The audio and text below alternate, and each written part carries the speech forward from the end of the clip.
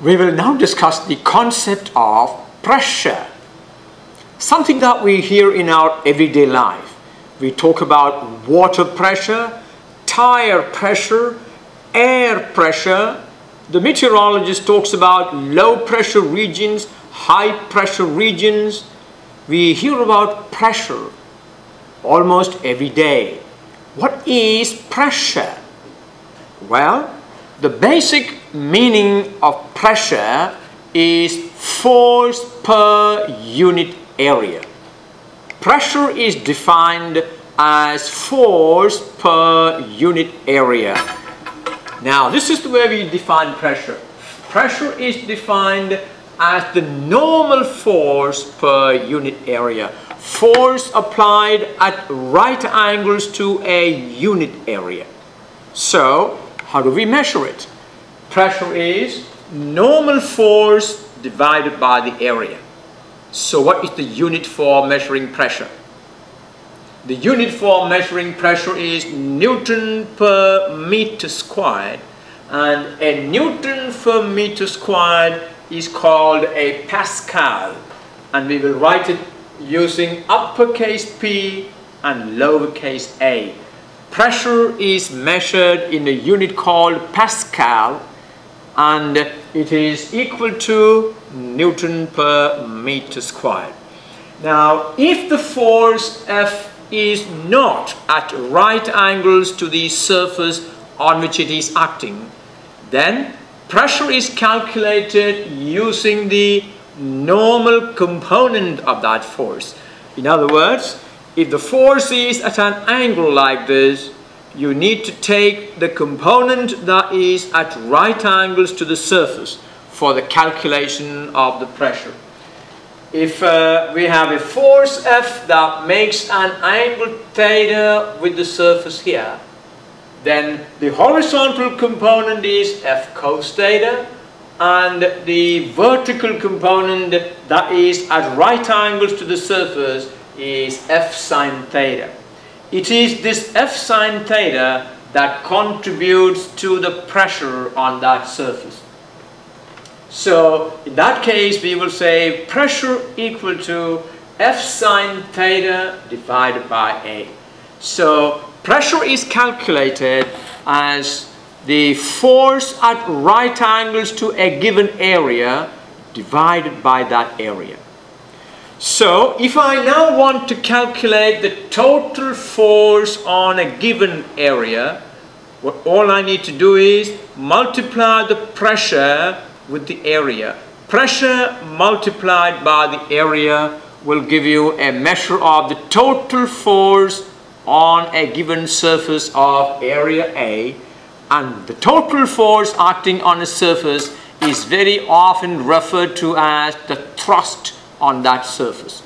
The thrust. If there is a big dam built, the total pressure of the water that is pressing onto that wall is called the thrust on the wall. So the thrust equal to pressure multiplied by the area. Let's now talk about pressure in fluids. What is a fluid? Anything that can flow is a fluid. All liquids and gases are fluids. That means all liquids and gases will exert pressure. If you go into water, for example, if you jump into water, you go and occupy the space which was being originally occupied by water. That means the water will press you from every side, asking you to get away. This is my space. You see, that means you will be subjected to a pressure. Now, what happens when you go deeper and deeper into water? The pressure acting on you will increase, because there is an increasing column of air standing on you. All fluids exert pressure. Every point inside the fluid is subjected to a pressure as a result of the weight of the fluid standing above it. If you now consider a fluid inside a container, I have now got 3 points, point A, point B, and point C.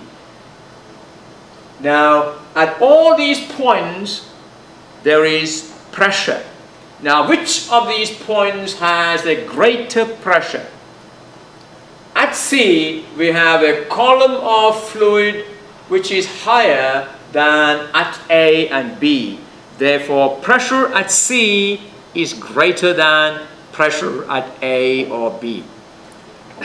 I'm now going to make few statements about pressure in a fluid.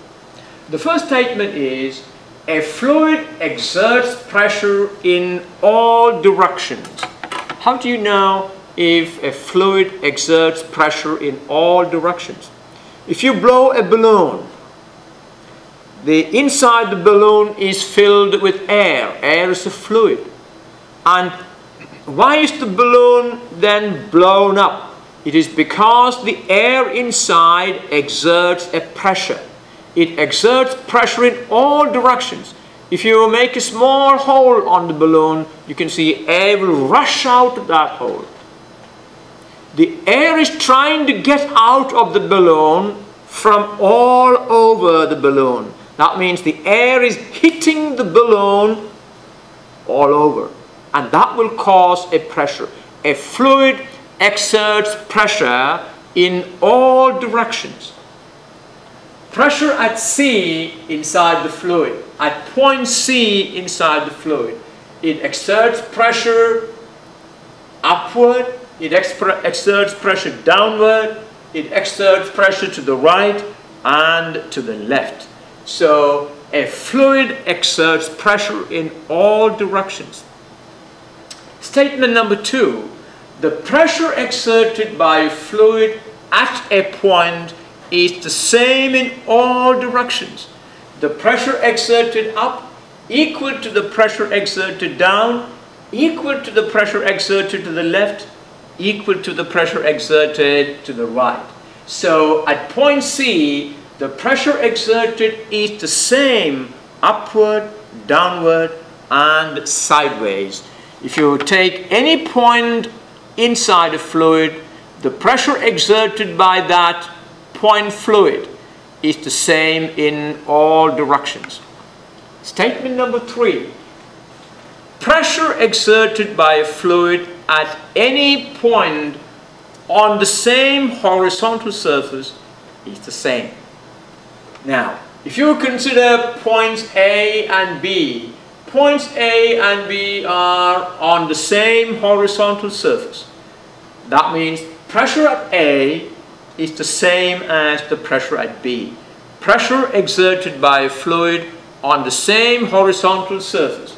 Pressure exerted by a fluid at all points on the same horizontal surface is the same. And statement number 4, pressure exerted by a fluid at a point is directly proportional to the depth of that point from the surface of the fluid. As the point is deeper and deeper into the fluid, the pressure will increase. The pressure at a point is directly proportional to the depth of that point from the surface. It means the pressure at C is much greater than the pressure at A or the pressure at B. Now those are very important statements about pressure exerted by a fluid. Let's now talk about and obtain an expression for pressure exerted by a fluid at a particular point within it. We will obtain an equation to calculate the pressure at a point inside a liquid. Consider a small area. I have a liquid or a fluid inside a container. Now consider a small area dA in a fluid at a depth h. This area dA is at a depth h from the surface. The force acting on dA is a measure of the weight of the fluid standing on it. Is that right? If this is an area that is circular, if it is a circular area, you can imagine a tube of liquid standing on that area. That means the weight of that liquid is pressing this dA. So the force acting on that area dA is a measure of the weight of this fluid. Now, how do we calculate the weight of an object? Let's calculate the weight of the fluid standing on that area dA. First of all, what is the volume of the fluid standing on the area dA? Well, the volume is its base area. The base area is dA multiplied by the height. That will be dA times h. dA times h is a measure of the volume of the fluid standing on the area dA. Alright, if you know volume, we can find the mass. How do we find the mass if you know the volume? Volume multiplied by density will give you mass. So if you know the density of this fluid, the mass of the fluid standing on dA is its volume. Volume is dA times h. Multiply that with the density of the fluid. Now that will be dA times h times rho. Rho is the density of the fluid. I have told you, I think a couple of times before, when you want to represent the density of a substance, we use the letter rho, Greek letter rho. So this is now the mass of the fluid standing on this area. dA times h is the volume of the fluid. Multiply the volume by the density, you will get the mass. Well, once you know the mass, how do you find the weight? Weight of an object of mass m is mg newtons. Is that right? Yes. So what is the weight of the fluid standing on this area dA? It is the mass. Mass is dA times h times rho. That's the mass multiplied by g. Now this is a measure of the force acting on dA. Is that a normal force? Yes, it is. If my hand is that area dA, the column of fluid standing on that area exerts a force on the area, which is the weight of the fluid, and that is at right angles to that surface. Therefore, the weight of this fluid, this quantity, is a measure of the force acting on the area dA. It's a measure of the total force, and the total force on the area we call thrust. Is that right? So dA times h times rho times g is a measure of the thrust acting on the area dA. So how do we find the pressure on the area? Pressure is the total thrust divided by the area, or pressure equal to thrust divided by the area. Thrust is a measure of the total force, and the thrust is dA times h rho g. dA times h rho g divided by the area dA, and the dA and the dA will cancel, giving us the expression pressure at a point inside the fluid is h rho g, where h is the depth of that point from the surface, rho is the density of the fluid, and of course g is the acceleration due to gravity. So if you know the depth of a point from the surface of a fluid, and if you know the density of that fluid, you can find the pressure at that given point. A very important relation. Pressure exerted by a fluid at a point inside is H rho G, where H is the depth of that point from the surface, rho is the density of the fluid. So pressure at a point, P equal to H rho G. Don't forget that. Transmission of pressure in fluid, Pascal's law. We have a number of applications where pressure exerted in a fluid is transmitted through the fluid. Now, have you ever come across an example where pressure exerted at one part of a fluid is transmitted right through the body of the liquid? Now, Pascal's law is a statement about how an increase in pressure at one point within a liquid or a fluid is transmitted within the liquid to other parts. Pascal's law states that an increase in pressure at any point in a fluid is transmitted without change to all points within the fluid. Now, I'm sure you know that the brake of your car, isn't it a hydraulic brake? You use a brake fluid in your car. Have you ever noticed that? When you pump on your brake, what happens is you are applying a pressure on the brake fluid that is connected to the brake that goes through a tube. So when you press on the brake, the pressure inside the brake fluid increases at the point where the brake is pressed. There is an increase in pressure at one part of that fluid. That increase in pressure is transmitted without change right through the fluid until it reaches the brake drums where that increase in pressure is felt, where it executes that braking process. Is that right? So in the hydraulic brakes that you use in your car, we use Pascal's law. An increase in pressure at one point within the fluid is transmitted without change throughout the fluid to other points. Now, a hydraulic lift that lifts your car for repairs uses the same principle. Well, the figure shows a weight W placed on the surface of a fluid inside a container.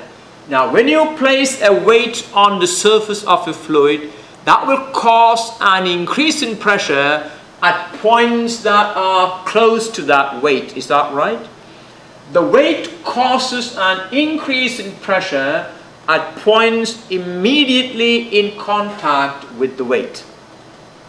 According to Pascal's law, this increase in pressure is transmitted to all other points within the fluid. An increase in pressure at points immediately in contact with that weight is transmitted so that the same increase in pressure is felt at point A and at point B. An increase in pressure at one point within a fluid is transmitted without change to all other points within the liquid. So the same increase in pressure will be felt at points A and B. An application of this principle is found in the hydraulic lift. Let's take a look at how a hydraulic lift is made and what is the principle of action of a hydraulic lift. Well, a hydraulic lift really consists of a simple phenomenon. It's a container that contains a fluid. Now, the container has a narrow limb and a broad limb. Each of these is closed by a piston. The piston or plunger This is the piston that is on the narrow limb. It's also called the plunger, where you can apply a force. Now, this piston has an area A1 on which you can apply a force. And on the other limb, you have a platform on which a load is placed. You want to raise that load. The area of that piston here is A2. So once again, there are two limbs for the container. One is a narrow limb and the other is a broad limb. In the narrow limb, you have a piston which has an area A1. You can also call it a plunger. You can apply a force on it. So this has an area A1, and the platform on the other side has an area A2. All right. When you apply a force on the plunger, when a force F1 is applied on the piston, it causes an increase in pressure P equal to F1 over A1. Is that right? You apply a force F1 distributed over an area A1. So what is the increase in pressure that force will cause? That force causes an increase in pressure P equal to F1 divided by A1. And that increase in pressure is felt all over these points which are directly in contact with this piston. Well, according to Pascal's law, an increase in pressure at one part of a fluid will be transmitted without change to all other parts of the fluid. So that means an increase in pressure here will be experienced by an increase in pressure on the other side as well. This means that an increase in pressure on the platform of area A2 is also P. When there is an increase in pressure P near the plunger, there will be a corresponding and same increase in pressure near the platform. Well, if there is an increase in pressure near the platform, what is the force that will then push the platform up? This increase in pressure causes an increase in thrust on the platform. How much is the increase in thrust? It will be the pressure multiplied by this area, which is A2. So F2 is a measure of the thrust on the platform of area A2. That is the pressure on it multiplied by the area A2.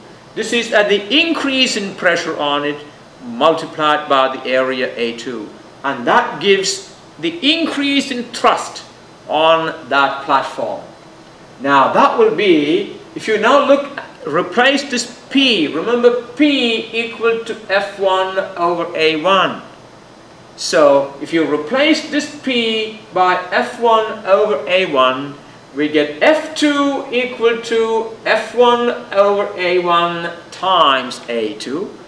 And we can rearrange it to read like this. F2 equal to F1 times A2 over A1. Now what does that mean? You know by looking at it, A2 is much greater than A1. Suppose the area A2 is 5 times the area A1. Then A2 by A1 will be 5. Therefore, the increase in force, the increase in thrust at the platform will be 5 times the force you applied on the plunger. What it tells you is that you can actually apply 5 times the amount of force on this side by applying a small force at the plunger. If you apply a force of 10 Newton at the plunger. At the platform, you can lift a weight of 10 times 5, 50 Newton, if A2 over A1 is 5. So the amount by which the force gets multiplied is determined by the ratio of the areas. By increasing this ratio, we can increase the amount of force that can be lifted. Well, what does it mean? Does it mean that we can manufacture force just like that? Can we just get force free? Well, if you notice one thing, in order to lift a greater force on the right side, you apply a small force on the left. But this small force has to move through a very large distance in order that you lift this large weight through a very small distance. When you gain in force, you lose in distance. You see, energy cannot be created. The maximum energy output you can have here is the energy input here. Energy cannot be created. You know that work done is a measure of the energy used. So what is the input work done? The input work done is the input force multiplied by the distance moved by the piston. The output work will be the output force multiplied by the distance it will move. When you multiply the output force, the output distance will be very small. So that is one thing you need to remember here. Conservation of energy is a very important principle. Nobody can break it. Okay, so as A2 over A1 is greater than 1, the output force F2 is much larger than the input force F1. Okay, let's now talk about how to measure pressure. What is the mechanism for measuring pressure? Let's talk about air pressure. We talk about atmospheric pressure, don't we? You see, you know, when you go down into water, you experience the pressure on you because there is a column of water standing on you. And that column of water standing on you will be pressing on you, telling you, how dare you come and take my place? I'm supposed to belong there. It'll be pressing on you. And the deeper you go, harder will be the pressing on you. The deeper you go, the pressure will be greater. In the same way, we live in an ocean of air. The atmosphere is an ocean of air, and we are at the bottom of that ocean. There is large amount of air standing on top of you. It is pressing down on you. It's pressing you from everywhere. The atmosphere is applying pressure on you from everywhere. Why? It tells you, now look, the space you are occupying is mine. I want it. Get away. It's pressing you. Ever since you were born, you have been subjected to this continuous atmospheric pressure. Pressure exerted by the atmosphere from all sides. Air is a fluid and it exerts pressure in all directions. The pressure exerted by air is called the atmospheric pressure. It is a very important indicator for us. It indicates, in fact, it gives you a lot of indications about the weather patterns, the atmospheric pressure. The pressure exerted by atmosphere can be measured by a simple barometer. The instrument used for measuring atmospheric pressure is called a barometer. And you can use a glass tube and a certain amount of mercury to construct a barometer. Alright, let's see how one can be constructed. What all you need to do is take a long glass tube. Well, that glass tube has to be closed at one end and open at the other. A simple mercury barometer was constructed by an Italian physicist, Torricelli. Now what he did, he took a very long tube, not like this is a very small tube. He took a very long tube about a meter long, about a meter tall, closed at one end and open at the other, and filled it with mercury. Well, I have filled it with water. All right, I just want to explain the principle. I won't be able to make one.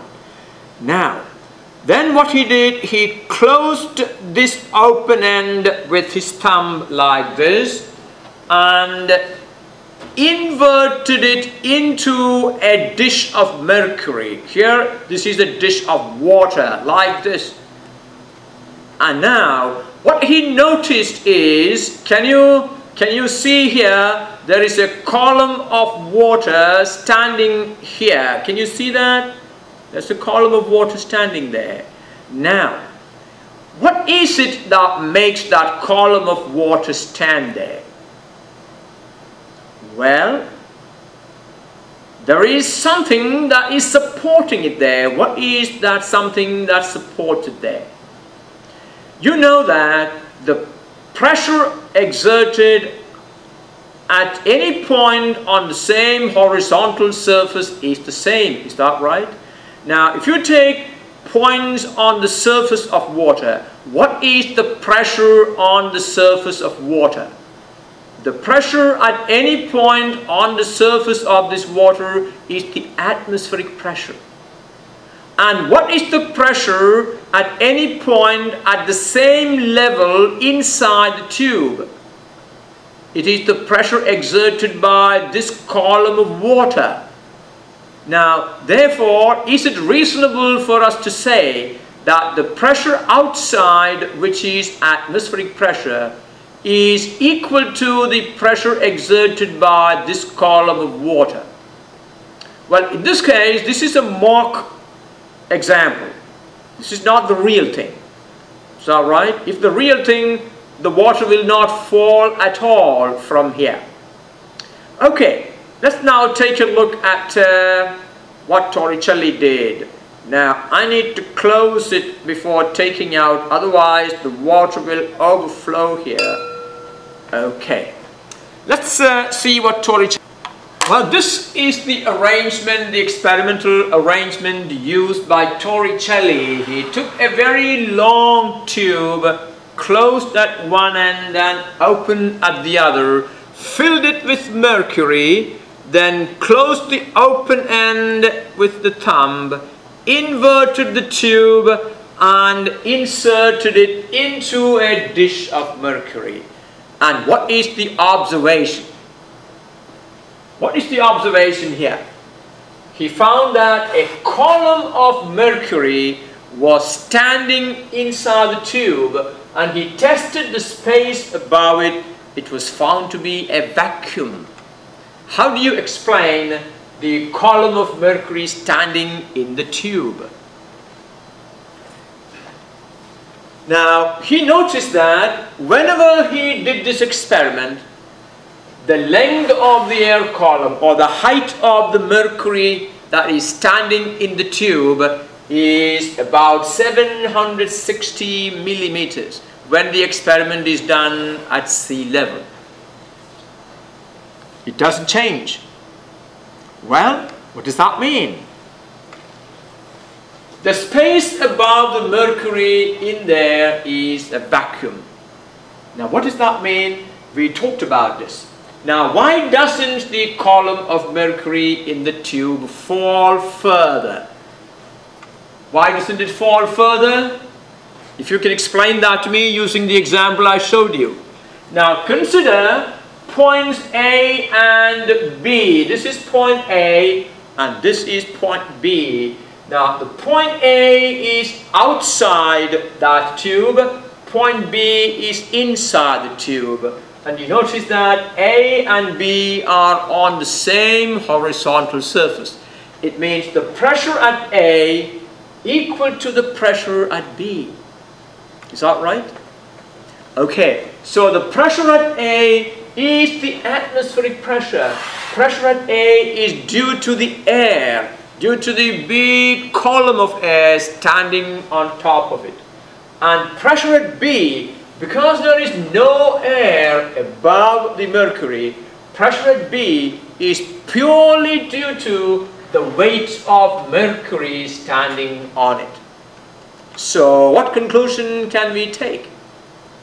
Pressure at B is the pressure exerted by the 760 millimeters of mercury. Is it reasonable for us to conclude that pressure at A therefore should also be the same as the pressure exerted by 760 millimeters of mercury? Now what does that mean? It means if I now hold my two hands like this, and on my left hand I have this big column of atmosphere. On my right hand I have a column of mercury 760 millimeters high. The pressure exerted by the column of mercury 760 millimeter high will be exactly equal to the pressure exerted by this very large column of air. And so we can therefore conveniently say, we can conveniently conclude that atmospheric pressure equal to the pressure exerted by the column of mercury in the tube. Once you can measure the height of the column of mercury in the tube, you can say the pressure exerted by this column of mercury is the same as the pressure exerted by the atmosphere anywhere on the surface wherever this experiment is done. Is that right? So pressure exerted by the atmosphere at sea level is approximately equivalent to the pressure exerted by 760 millimeters of mercury. Now, pressure exerted by 1 millimeter of mercury is called 1 torr. So, you can now use a unit for measuring atmospheric pressure. Pressure exerted by 1 millimeter of mercury is 1 torr. And how much is the atmospheric pressure? Atmospheric pressure is equivalent to the pressure exerted by 760 millimeters of mercury. So, atmospheric pressure is how many torr? Atmospheric pressure is 760 torr. Alright? Now, 1 torr, there's another unit for measuring pressure. 1 torr is 13.3 millibars. This is a commonly used unit for measuring pressure. A millibar. Look at the way we write it, small m, small b. 1 torr, the pressure exerted by 1 millimeter of mercury is 13.3 millibars. And therefore, 1 atmosphere, the pressure exerted by the atmosphere is 13.3 millibars multiplied by 760 millimeter, that is 1011 millibars. When we say the pressure of 1 atmosphere, we mean a pressure of 1011 millibars. Well, we are not familiar with measuring pressure in torr or millibars. What is the unit for pressure that we use as physicists? It's the Pascal, isn't it? So we need to figure out 1 atmosphere, which is 1011 millibars, is how many pascals? Alright, let's do that. Atmospheric pressure in absolute unit. Pascal is the absolute unit for pressure. Well, we can now use the pressure equation to obtain the atmospheric pressure at sea level. Now, we now know that pressure exerted by the atmosphere is the same as the pressure exerted by a column of mercury of height 760 millimeter. And what is the equation for pressure we derived some time ago? Pressure exerted by a fluid at a point is H rho G. That means pressure at B due to the column of mercury standing on it is the height of mercury multiplied by the density of mercury multiplied by G. Now, do you know the density of mercury? Mercury is approximately 13.6 times denser than water. What is the density of water?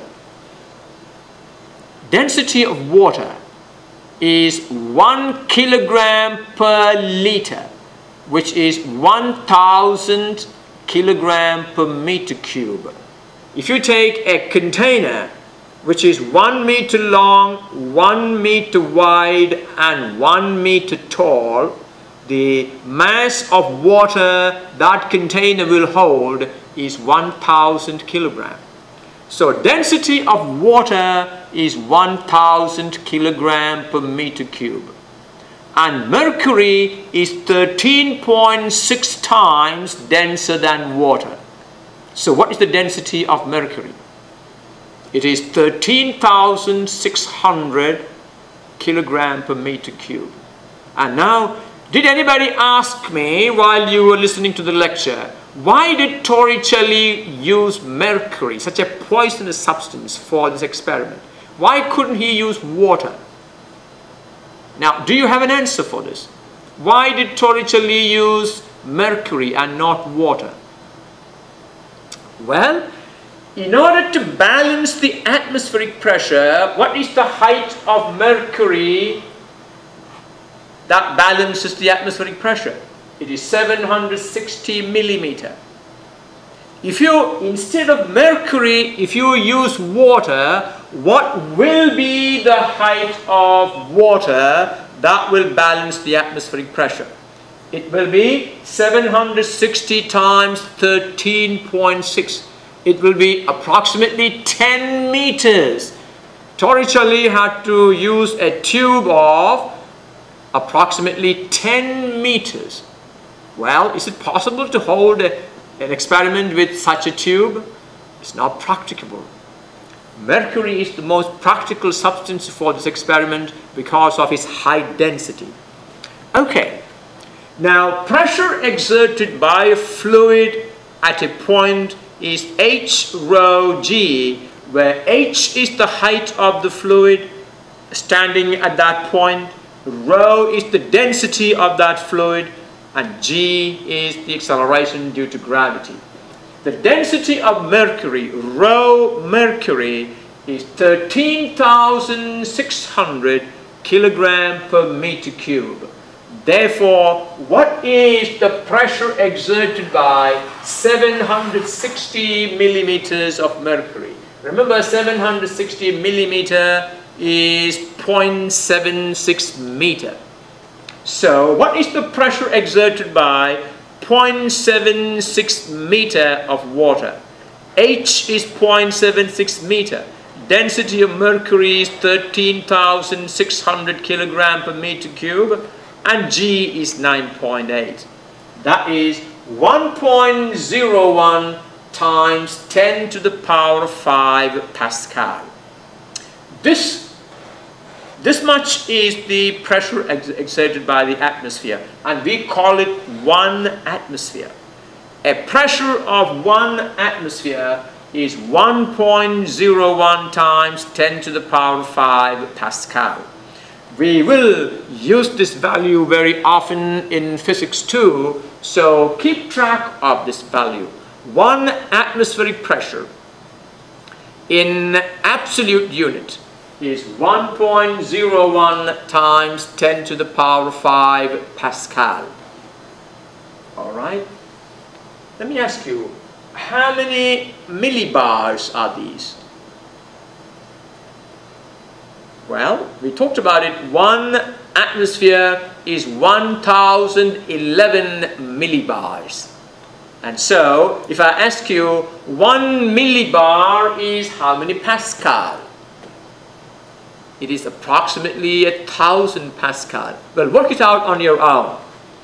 So, when the atmospheric pressure falls, now what happens if the atmospheric pressure falls?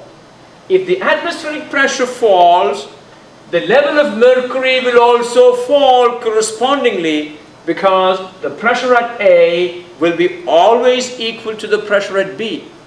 That means if there is a low pressure in the atmosphere, the level of mercury in the tube will fall. On the other hand, if there is a buildup of pressure, when there is a high pressure, the level of mercury will increase. Have you heard of meteorologists talking about falling mercury? When he's talking about a falling mercury, he's talking about a low pressure. Especially when you live in Florida, a low pressure is always associated with, well, depression, which will cause finally tropical storms, and hurricanes are all associated with low pressure. So when the mercury falls, it's an indication of low pressure. When the mercury climbs, it is an indication of high pressure. All right. Let's now talk about a manometer. A barometer is used to measure air pressure, atmospheric pressure. What is a manometer? A manometer is a device used for measuring gas pressure. Now, this is a simple manometer. What is it? It is a simple U-tube. One end of the U-tube is connected to a gas cylinder, and we want to measure the pressure of the gas cylinder in there. The other end is open to the atmosphere. Now, inside the tube you have mercury. Now, tell me, what is the pressure at the top of mercury in the open part of the tube? What is the pressure there? It is open to the atmosphere, which means the pressure there is the atmospheric pressure. So, a manometer consists of a U-tube that contains mercury. One end of the U-tube is connected to a gas supply. The other end is open to the atmosphere. Now, if the levels of mercury, suppose this is the manometer before we connect it to the gas supply. You notice that the levels of mercury at both the limbs of the manometer are the same. That means both are atmospheric pressure. So, when the pressure is the same, the levels of mercury must be the same in both the limbs.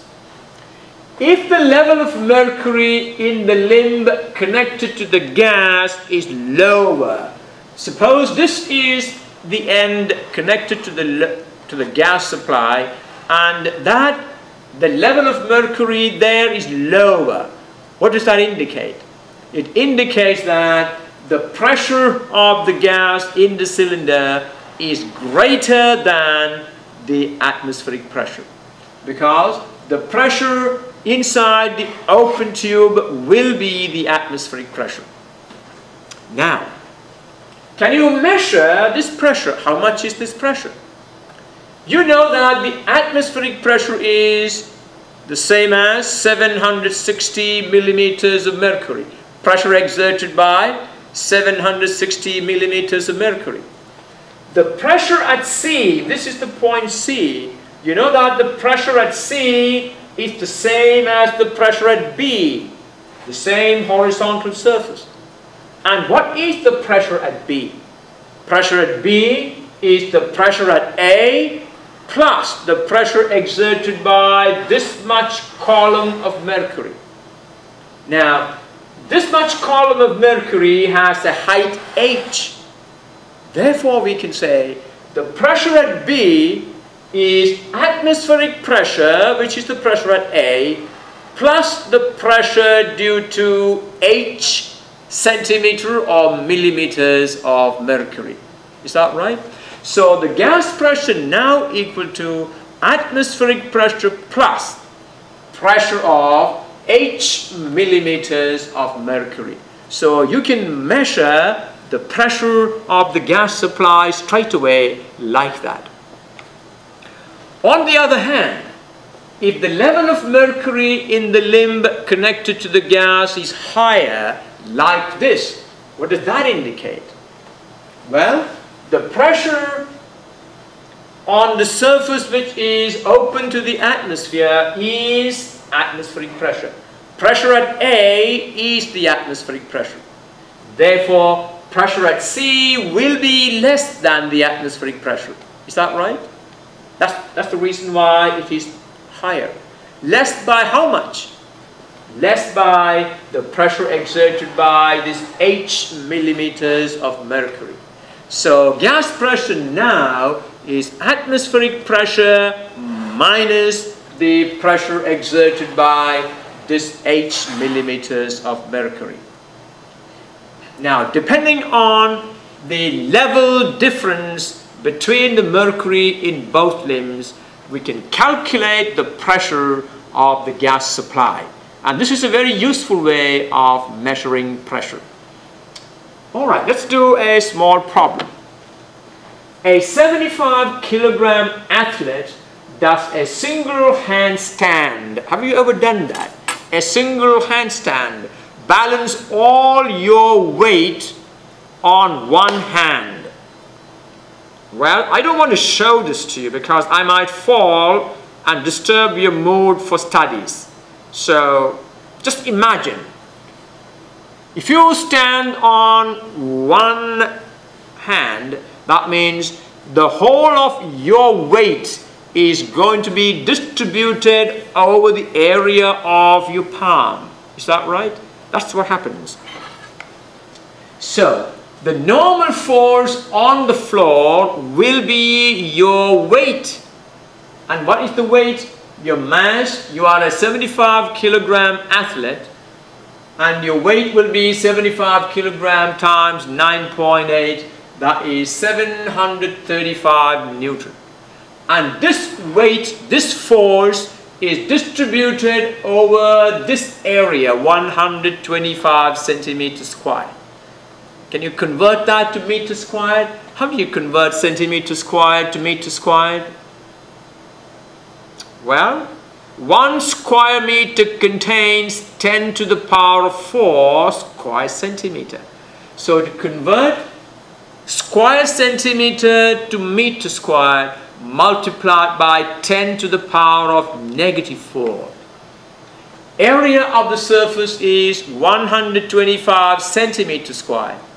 Multiplied by 10 to the negative 4 meter squared. Therefore, pressure exerted on the floor is force divided by the area. That is 735 divided by 125 times 10 to the negative 4. And that is 5.88 times 10 to the 4 Pascal. That is less than 1 atmosphere. So when you stand on the ground, the pressure you exert on the ground is less than the pressure exerted by the atmosphere standing on the surface of the earth. Tell me, what is the value of atmospheric pressure in Pascal? You remember? 1.01 times 10 to the power of 5. Okay, another problem. If the average density of air is 0.5 kilogram per meter cube, what is the height of the atmosphere at sea level where a mercury barometer reads 760 millimeter? Well, you have a mercury barometer. The height of mercury column is 760 millimeter, and the pressure exerted by that column of mercury balances the pressure exerted by this big column of air standing at the same side. That means the pressure exerted by that big column of air equal to the pressure exerted by 760 millimeters of mercury. Alright, here is the column of air. Suppose this is the column of air, that is uppercase H.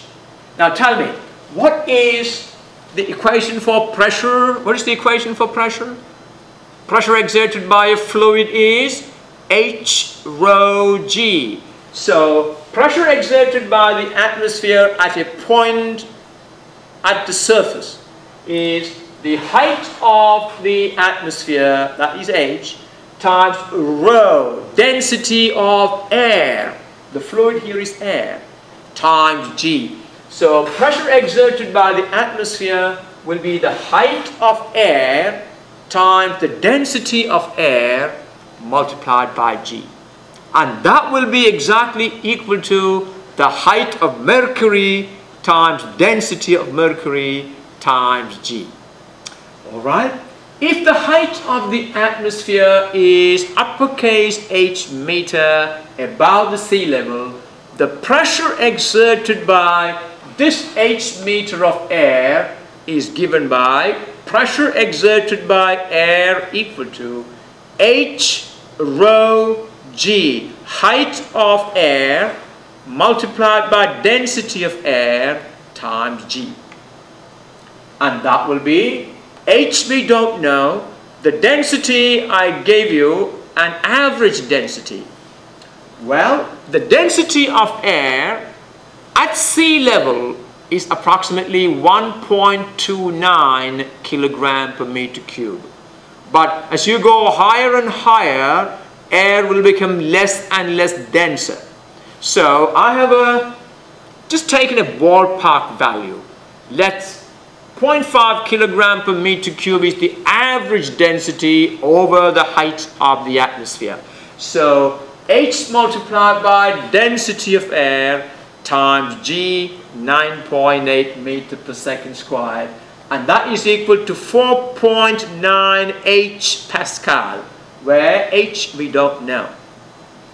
And this pressure is balanced by pressure exerted by 760 millimeters of mercury. Now, what is the pressure exerted by 760 millimeters of mercury? It is the height of mercury multiplied by the density of mercury times G. And the height of mercury is 0.76 meter. Density of mercury is 13,600 kilogram per meter cube. And G is 9.8. We know this. What is this equal to? That is 1.01 times 10 to the 5 Pascal. Now that means the pressure exerted by 760 millimeters of mercury equal to the pressure exerted by H meters of air. We can now take these two and equate and calculate the value of H. 4.9 H equal to 1.01 times 10 to the power 5, and therefore H equal to 1.01 times 10 to the 5 divided by 4.1, and that is 20,612 meter. Well, it means this is an average height of the atmosphere. The atmosphere extends much more than that. We used an average density which gave us this value, 20,612 meter, which is about 21 kilometers.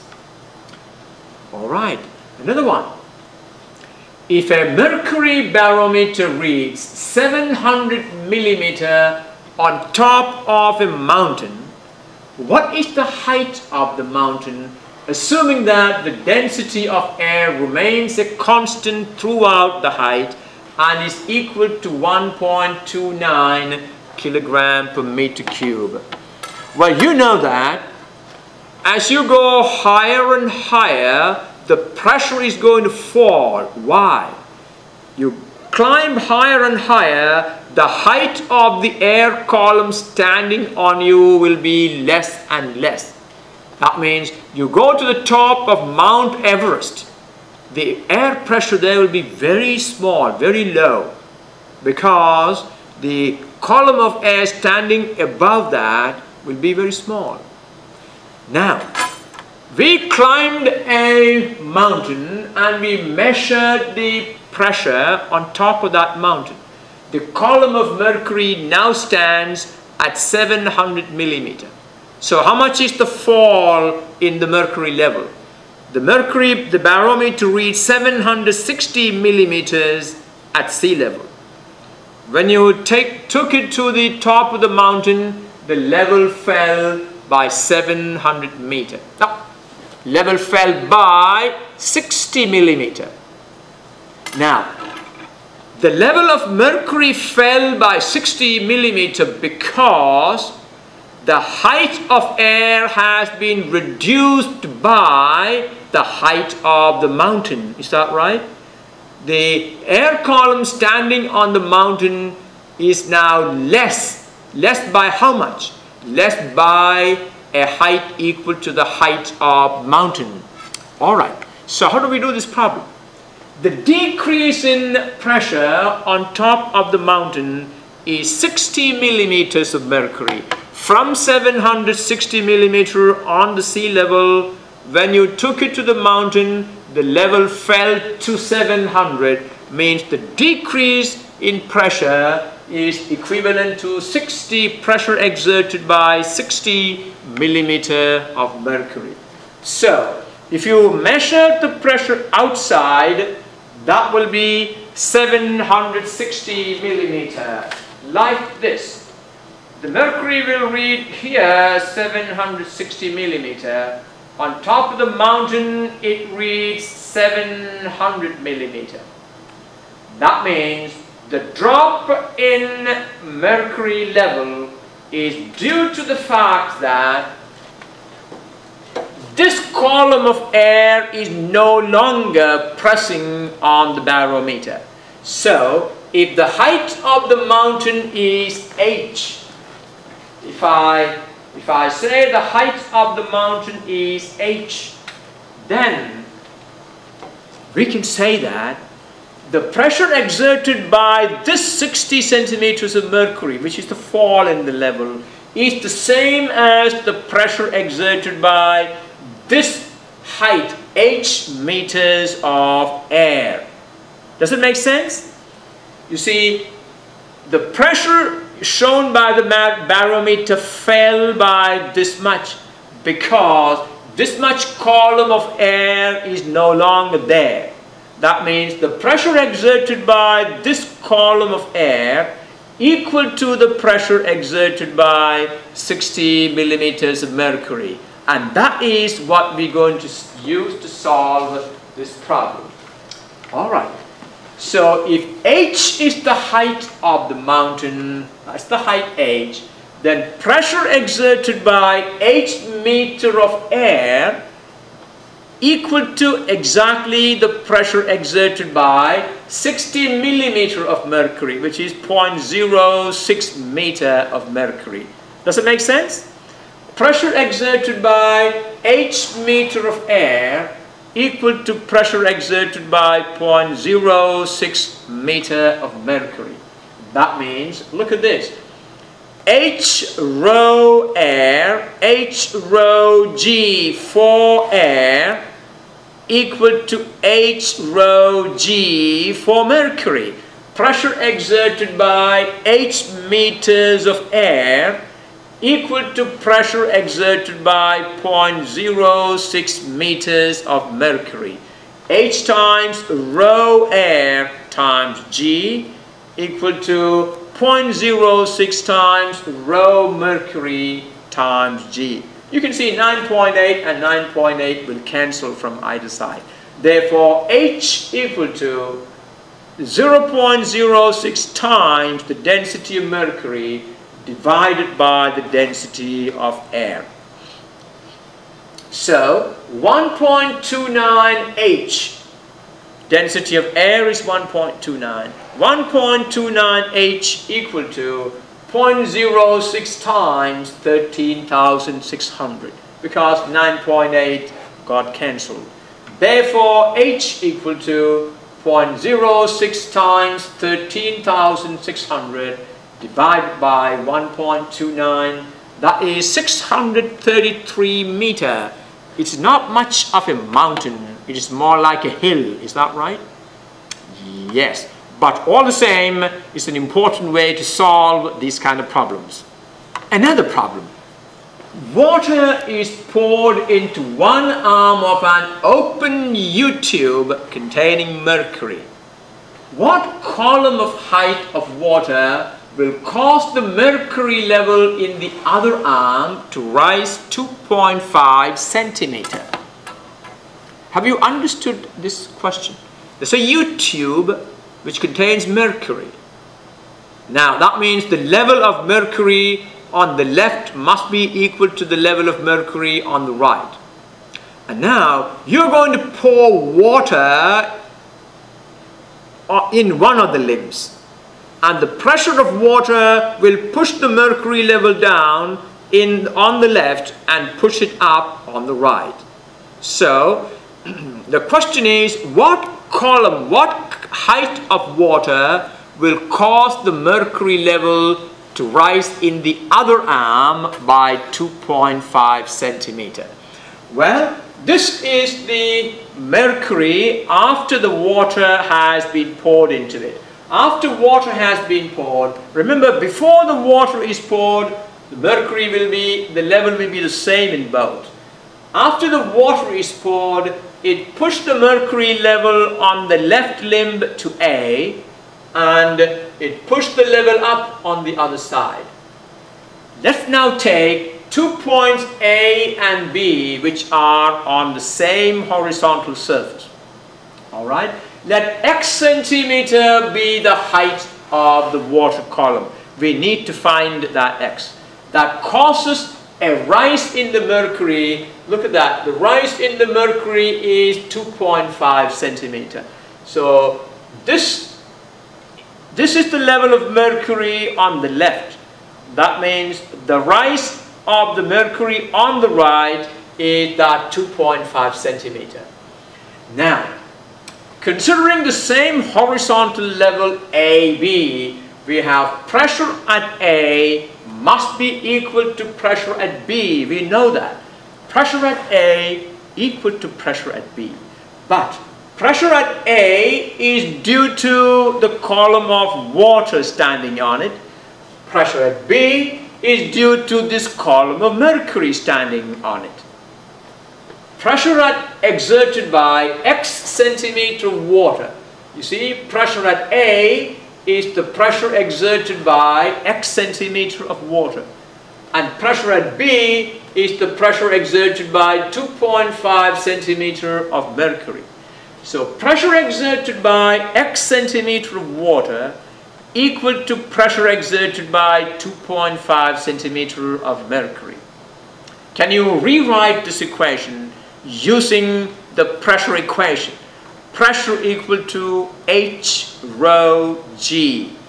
Pressure exerted by x centimeter of water will be x times density of water times G, and pressure exerted by 2.5 centimeter of mercury will be its height times the density of mercury times G. Let's write that. X times density of water times 9.8 equal to 2.5 times density of mercury times 9.8.